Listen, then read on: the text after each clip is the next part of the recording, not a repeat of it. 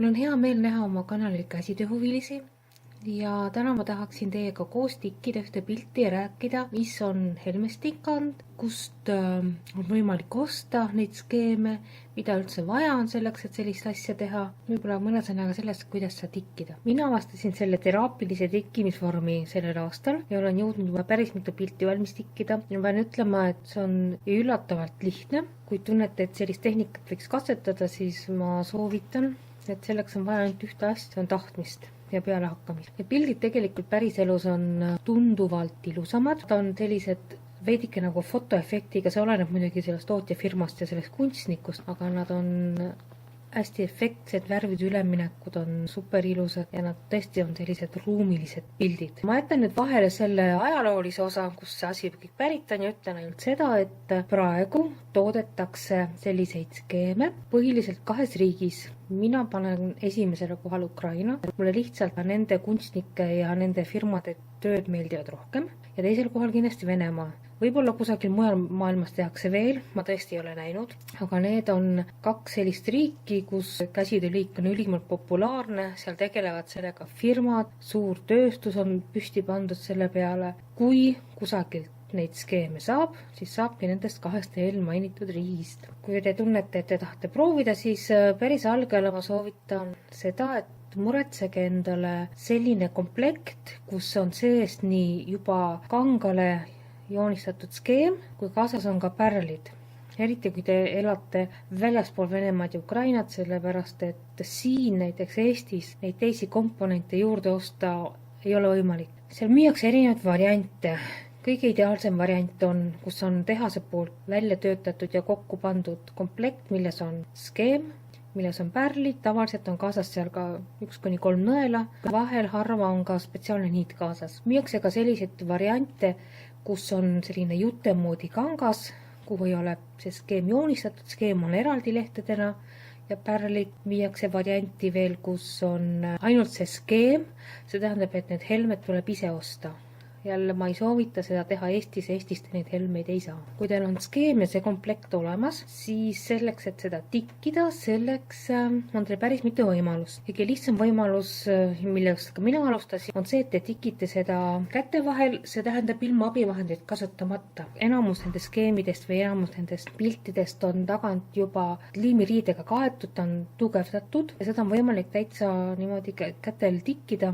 Minul õnnestus täpselt 2 päeva ja siis ma leidsin, et see ei ole minu jaoks, kuigi ma tean, et osad tikkijad tikivadki kõik oma tööd käsitsi. Ja mul ei õnnestunud see sellepärast, et need niidid ja see pärlid hakkavad lõpuks seda riiet kiskuma ja erinevalt ristpistest tikandist ei ole võimalik seda pärast venitada või kuidagi reguleerida. Ja kui ma nägin, et siin hakkavad mingid kortsud sisse tekkima, siis ma sain aru, et minu jaoks kätel tikkimine ei ole see õige variant. Mida nüüd selleks ei tohi kasutada? Ei tohi kasutada tikkimisrõngast. Kuigi paljud arvavad, et pärlid tehakse plasmassis, siis see ei ole päris õige. Nimelt neid Tšehhi Ornelia Preciosa pärleid tehakse klaasist. Teil on mingi osa, ütleme, sellest tööst tikitud ja te pressite selle osa sinna rõnga sisse, need pärlid lihtsalt lähevad katki. Ja samuti on see probleem, et kui teil õnnestub ka vist on mingid silikonist rõngad, et kui teil õnnestub rõnga vahele see töö niimoodi panna, et midagi katki ei lähe, siis tavaliselt need rõngad deformeerivad seda kangast kuidagi. Selle töö puhul, helmestikandi puhul ei ole võimalik seda tööd pärast mitte mingil juhul triikida. Et see tähendab seda, et kui te saate komplekti ja seal on mõned murdejooned, see tuleb teil enne tikkimist ära triikida. Te peate kindlasti lugema seda infot, mis on kaasas, sellepärast näiteks see atlas, mis mul on, mille peale on praegu tikkinud, seda on lubatud külmas vees pärast loputada, aga on rida selliseid aluseid, mida ei tohi üldse pesta. Näiteks seda on mingid fototrükiga mingisugused pildid, mis mul on ka üks valminud, seda ei tohi pesta näiteks neid, mis on lõuandi peale tehtud, kus värv on lõuandil. See tähendab seda, et kogu töö tikkimise jooksul peab olema teil sellises asendis, kus ta ei murdu. Kahjuks seda ei ole võimalik enam hiljem parandada. Mida mina praegu kasutan ja mis on hästi hea muidugi, on tikkimisraam. Ja tikkimisraami alternatiiviks on sellised asjad nagu Q-snapid. See on põhimõtteliselt selline plastmassraam, mille saab siis kodus kokku panna, kus siis igast äärest on võimalik see pilt ära pingutada. Nüüd loomulikult on teil vaja lisaks sellele ka nõela. Ja selleks on vaja teil spetsiaalset pärlinõela. Helmestikandi puhul ei ole oluline, kas see nõel on pikk või lühike või keskmine.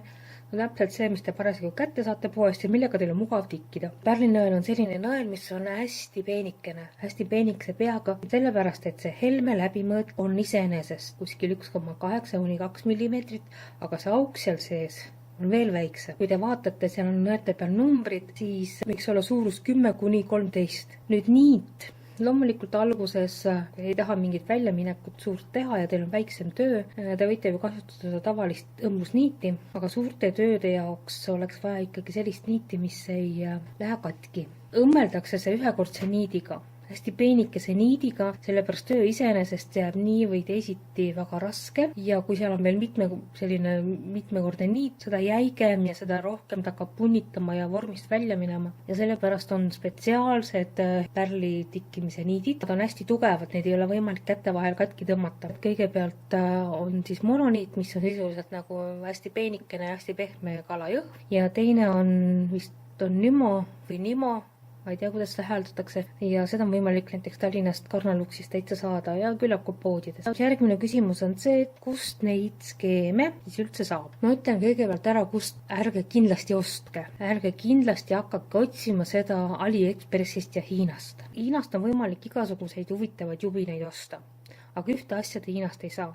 See on kvaliteet. Ma olen näinud neid töid ja ma ütlen, et absoluutselt kõik need tööd, Helme Stikandis tööd, mida on inimesed ostnud, proovinud ja siia YouTube'i välja pannud oma katsetused, nad on kõik leidnud tee ühte kohta ja see koht on prügikast. Lihtsalt see kvaliteet, see Helmeste kvaliteet on nii kohutav seal, et nendega ei ole võimalik sellist filigraanset tööd teha. Ja rääkimata sellest, et nad kasutavad Ukraina-Venemaa firmade neid tootepilte, aga tegelikult see, mis seal komplektis on, see ei ole üldse see sama toode. Kõige suurem valik, see on siis osta Ukrainast ja Venemaalt, mis on tohutu peavalu, aga kui teil on piisavalt pealakkamist, siis te saate sellega hakkama. Peavalud on see sellepärast, et kõigepealt maksusüsteem või see raha ülekandmine on nendesse riikidesse mitte nii, nagu meie oleme harjunud. Sellepärast mina otsin selliseid internetipoode, kus on võimalik teha PayPali ülekanne. Ja õnneks on küll vähe, aga on selliseid poode, kus on võimalik PayPaliga maksta. Aga see ei ole veel nagu hädade lõpp veel, et kui te olete lõpuks leidnud sellise poe, erinevalt siis meie sellest teepoe kultuurist. Seal on niimoodi, et sa teed oma ostu ära, panna laod ostukorvi, kõigepealt sa muidugi teed endale konto sinna ja siis tuleb sulle vastus, et enne maksma hakkamist, et teiega võtab mänedžeri ühendust. Ja loomulikult, kuna tegemist on välismaale saatmisega, siis postikulu, see on selline teadmata X number, mida ei avalikustata enne kui hakkavad seda asja posti viima. Aga selle võtab mänedžeri ühendust, tavaliselt on kirjutatud kas päeva või paari jooksul. Ma ütlen ausalt, ma olen teinud mingi 7-8 ostu ja 7-8 eri poest ja mul ei ole mitte ühelgi korral esimese paari päeva jooksul mitte mingisugust reageeringut tulnud. Tavaliselt, kui on nädal või 10 päeva mööda, siis ma olen ise kirjutanud sinna, kogu suhtlus toimub muidugi vene keeles. Võib-olla, kui te kirjutate inglise keeles, ehk nad leiavad teilgi. Kui nad on lõpuks selle vastanud, siis nad vastavad umbes niimoodi, et meil ei ole neid asju olemas. Nad ei vasta üldse või siis ütlevad, jah, et meil ei ole, et oodake, et meile alles tuleb. See tähendab seda, et kui me oleme arvanud seda, et kui e-poes on asi olemas, ma saan selle ostukorvi panna, siis see tähendab seda, et neil on laos olemas. Aga seal need asjad ei eksisteeri niimoodi.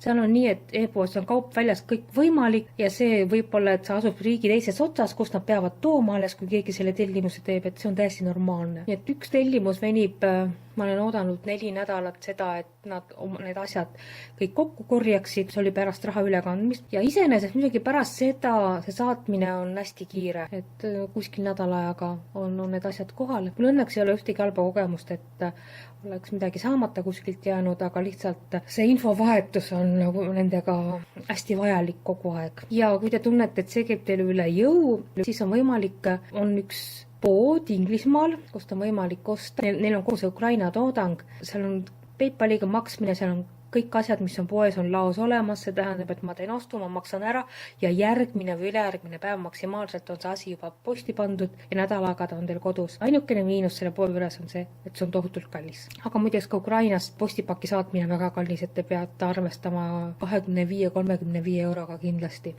Venemaalt mulle tundub, et on natuke odav. Ja loomulikult te võite vaadata eBay'st, et mulle tundub, et mõned vene ettevõtjad on seal hakanud müüma neid tooteid, aga siis tõesti vaadake, et te saate originaali, et te osta mingisugust Hiina järgi tehtud ma ei tea mida. Viimane küsimus võib olla veel, et kuidas siis tikkida, et te olete selle töö kätte saanud, teil on kõik asjad muretsetud, nõelad, niidid, skeemid või üldiselt neid saab jagada 2 suurde kategooriasse. Üks on selline ridade kaupa, et skeem on ridadena ja teine on selline ring- või spiraaltehnika. Nendes kasutatakse 2 täiesti erinevat tikkimismeetodit, et ridadena tikkimise puhul kasutatakse, ma ütleks, ma ei tea, kindlasti on eesti keeles spetsiaalne nimi, aga ma ütlen poolristpiste ja selle spiraal või selle ringtehnika puhul kasutatakse sellist asja nagu eesti keeles on tikkpist, et see on selline, ütleme, 1 samm edasi ja 2 sammu tagasi. Praegust tööd ma teengi ringtehnikas, mulle väga meeldivad sellest tehnikast tööd. Väga efektsed näevad nad lõpus välja. Kui teie pilt on valmis, siis te lähete sellega raamimisele, mis on selle pildi kõige kallim osa, et minu pildi raamimine oli kuskil 50 eurot peaaegu. See on tunduvalt kallim kui kogu need pärlid ja skeemid kokku teil. Ja ise raamida sellist pilte on suhteliselt raske, sellepärast et poeraam siia ei sobi, kuna see klaas peab olema kõrgemal 2 millimeetrit kõrgemal sellest pildi põhjast ja selleks on vaja talle spetsiaalset passepartuud alla panna ja ilma klaasita, see pilt võib olla, aga ma tean seda, et need helmed hakkavad ajapikku koguma tolmu ja sealt millimeetriste helmeste vahelt seda tolmu kätte saada on väga raske ja pesta seda pilti ei saa. Loomulikult selleks, et see tikand kenasti välja näeks, selleks on hästi palju nippe, aga sellest videost ma neid asju ei pane. Et kui kedagi huvitab, siis küsige, kirjutage, kas siia video alla või mulle isiklik sõnum ja ma hea meelega räägin sellest, kuidas ikkagi tikkida ja kuidas ilusat tööd saada. Ja võib-olla ma teen tulevikus ka video sellest, et näitan, milliseid ilusaid pilte ja skeeme on kunstnikud välja mõeldud. See valik on meeletult suur. Vot, selline väike või päris pikk juba tuli mul see video. Ja mul oleks midagi hea meel näha, kui Eestis veel rohkem tegeletakse sellise teraapilise tikkimise vormiga. Ja kui teil on valmis töid, siis kindlasti näidake mulle ka. Ja kohtumiseni!